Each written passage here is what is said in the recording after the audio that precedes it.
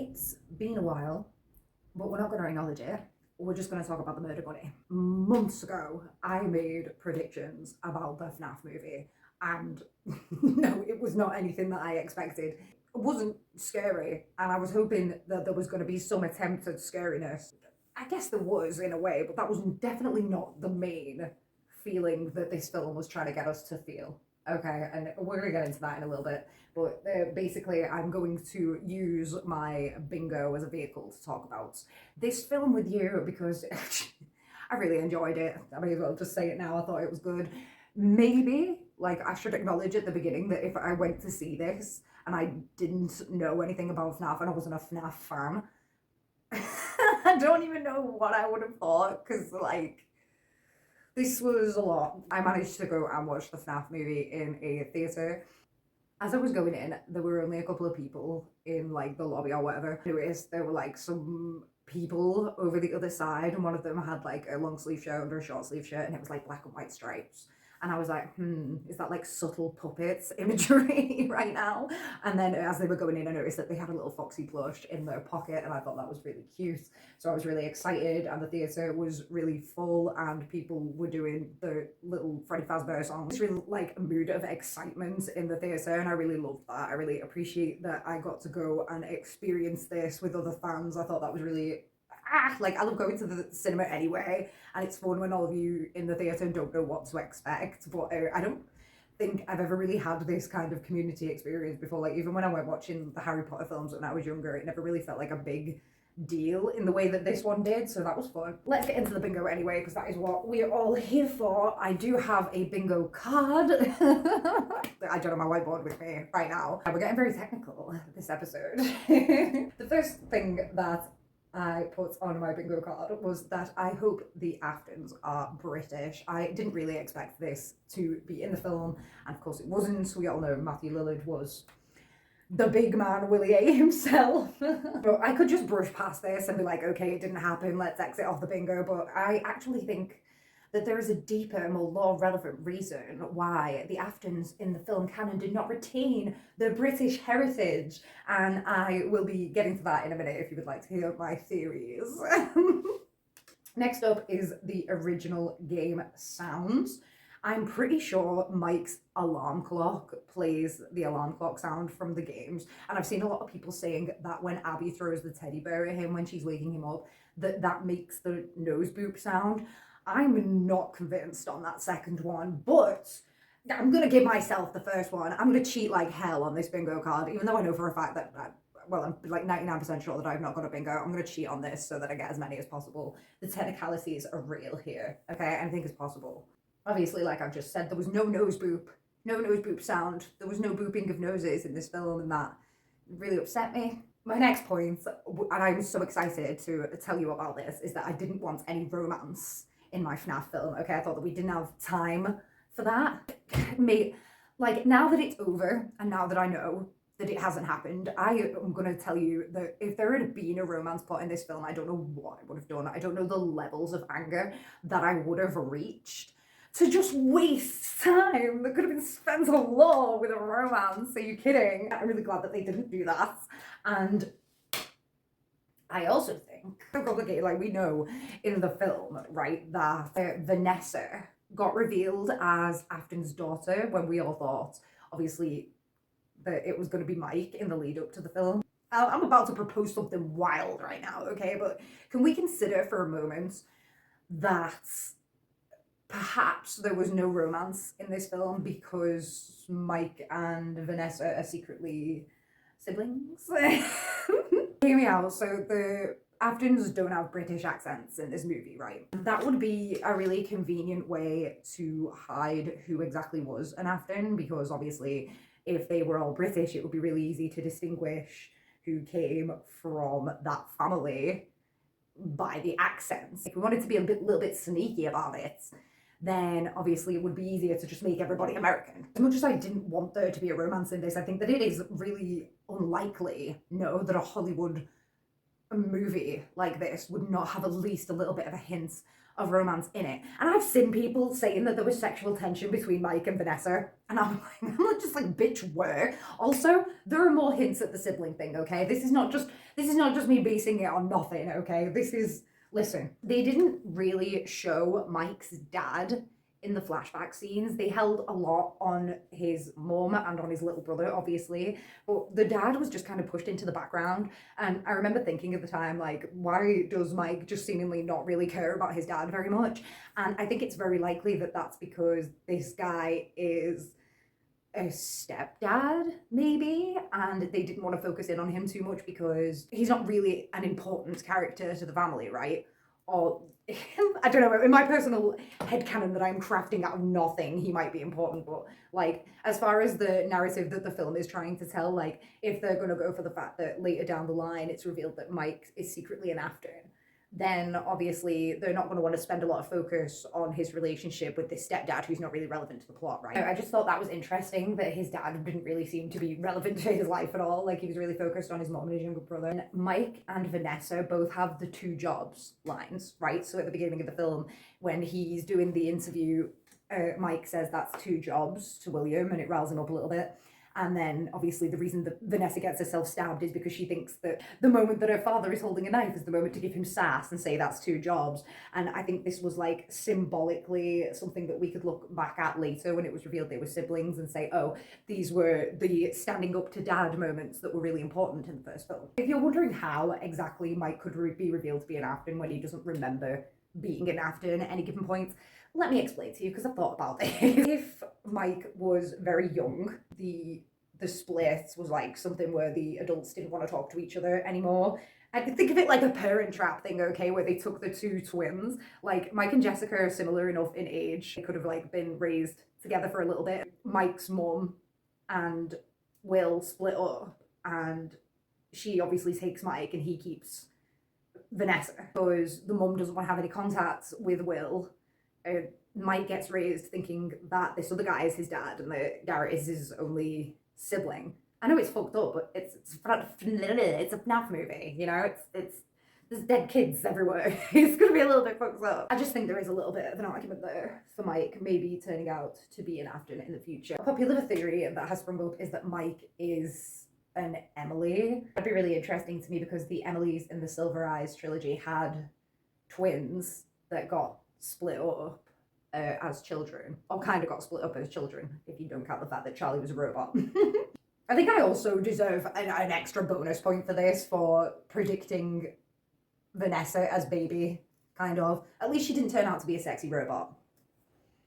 In this film, at least. Oh god, I don't want to get into my headcanons for this, but like, she could still be a robot dog, I'm just saying. Let's get into the next one. There was no Foxy torture. There was no basis for Foxy torture. This was not directly retelling the events of the FNaF 4 minigames, and so it wouldn't have really made sense for Mike to be personally tortured by Foxy, because that wasn't the point, right? Okay, that was just me chatting absolute bollocks in that last video. No Foxy torture. There was a lot of Foxy though, and I love that. He did get his own personal kill scene. We saw him run down the corridor. We heard him singing his little sea shanty ditty, and it was fucking banger, mate. I was chuffed with the Foxy content in this movie. Something that we were all surprised about was the Cupcake getting so much limelight, and I think that the lore implications of that are many and varied. Those have been the most fun discussions to have after people have seen this film, okay, is what the fuck is going on with the Cupcake. I always was under the impression that Mangle was Susie's dog, like that was something that I just kind of accepted as the most likely possibility, but now it's kind of looking like the Cupcake. Next point on the list, I wanted to cry. I didn't cry. The movie wasn't particularly sad at any given point. The vibes in this movie were fucking, they were crazy, bro, and they were all over the place. And I enjoyed it. It was chaotic. It was an experience. Yeah, it was an experience. But I did not cry. I screamed. a couple of times. The most powerful moment for me, the moment where I was like, holy shit, man, like I'm watching the FNaF movie right now and this is actually happening in front of me. We see the Golden Freddy Ghost Kid and William Afton staring at each other while William Afton slowly fucking bleeds to death in the Spring Bonnie outfit. Like, that was a powerful moment for me because obviously I kind of know that there's some extreme backstory between these two, and obviously the whole revenge of him being the guy who killed this kid in the first place. That really made me feel something in my gut, bro. I'm really glad I stuck around for that. So I said that I wanted the Springlock scene to be in this movie, and I said maybe they were going to save that for a later movie, and so I just put Spring Bonnie. And we got both, and I'm so glad. I'm just so glad. The Springlock scene was pretty peak. I don't think he had to say I always come back, but I'm kind of just really glad he did for the shits and giggles sake of it. I love that they took that scene from the Silver Eyes. It's pretty iconic when all the animatronics are dragging him out of the building. The Freddy scream. It was just like weirdly funny to me. It's like, it's kind of a cliche, right? At the end of like films, like horror films, I think, is like when the monster is like made to be sympathetic at the end of the film, when the real monster is defeated, that supposed monster, the sympathetic other, it usually lets out a cry into the sky because they're usually non-verbal. And of course Freddy is the same, and Freddy is that, but there's just something about Freddy animalistically screeching as this building went to ruins around him. I thought, yeah, it's just pretty boss, wasn't it? Funny though, funny as fuck. The Bite of 87 was not even mentioned. And I think that's disgraceful behaviour. So I don't get a point for that. Freddy did bite a girl in half though, in what was probably one of like the top 5 scenes in the entire film. I hesitate to say that because there were so many good scenes, okay? There were so many just scenes, okay? We didn't get any Gamer Mike, so pour one out for me, because like that was something that I really wanted to see. However, we did get the really, really sick 8-bit minigame intro, which, you know, just immediately let you know that this was going to be a big fucking deal and that we were going to be happy with this as fans. I think that was a really fantastic way to open it. And obviously, like, as fans knowing the story, we could see that it was literally telling the story of the missing children's incidents. Over the top of the credits, it was boss. And, oh, obviously people have noticed by this point that William's name was in purple, but also Vanessa's name changes to purple in the opening credits. And I think that was a little cheeky thing that they did there. Instead of Gamer Mike, we got Mike who's obsessed with Dream Theory, which is not something that I think anyone would have ever predicted, to be honest. One of the earliest shots of the film when you were still settling into it and realising that you were watching the fucking FNaF movie after all of these years, and it just opens up on Mike's bedside table with a full-on shot of this book that says Dream Theory, and you're like, we're going there, okay. No Scott Cawthon cameo. Not one that's been spotted, anyway. I'm gutted that Scott was not phone guy, and I'm just gutted. I'm especially gutted that I've not got a point for this. He also said that I said I wanted them to use the animatronics sparingly. That just didn't fucking happen, did it? Like, there was a full-on, like, there was a scene in the middle of this film where the animatronics build a fort, just basically in broad daylight. I enjoyed it. I really enjoyed it. I really like that scene, but it's just not what I was expecting in any capacity. I think they did kind of walk the line really well of keeping the animatronics in a place where they could be creepy, but they could also be cute. I do think the one moment where this really failed for me was where Chica and Bonnie are outside the vents and they put the cupcake in the vents and then they give each other the side eye like, oh yeah, we really need to fuck this guy up, bro. That really made me laugh. I don't know. I wanted Freddy and Foxy's songs to be in this, and I already mentioned that Foxy does do a little dissy as he's creeping up to kill you. Freddy's song, not in film. Like at all. Over the top of the trailer. Not in the film. Still get a point for it though. I also had the Living Tombstone song play over credits at the end, which I know made a lot of people really happy.